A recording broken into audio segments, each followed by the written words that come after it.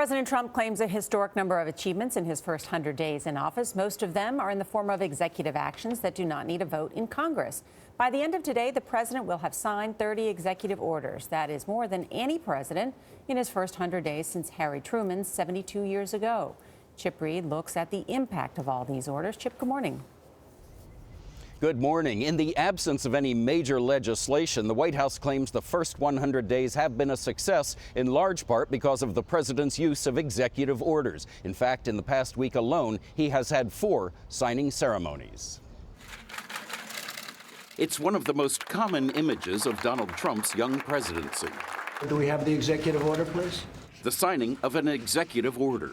You know what it says, right? You're going back to work. That's right. Many of the orders he's signed are aimed at overriding Obama-era reforms like climate change efforts, regulation of the financial industry, and the designation of federal parks and lands. Let them in! Let them in! Others have been so drastic in scope that they spurred nationwide protest. During his first week in office, the president signed an order restricting immigration from 7 Muslim-majority nations that was blocked by the courts. The president still says he will fight. As I said, we'll see him in the Supreme Court.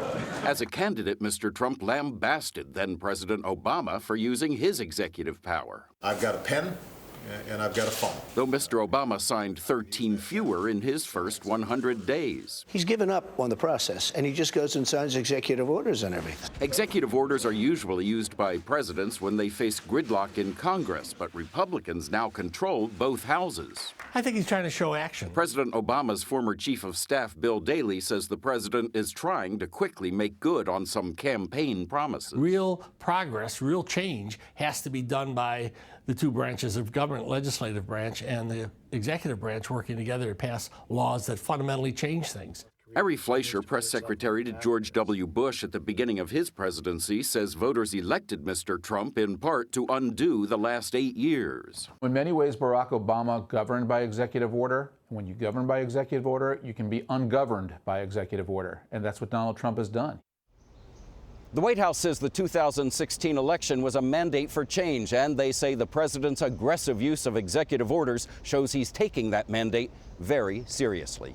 Gayle? All right, Chip, thank you.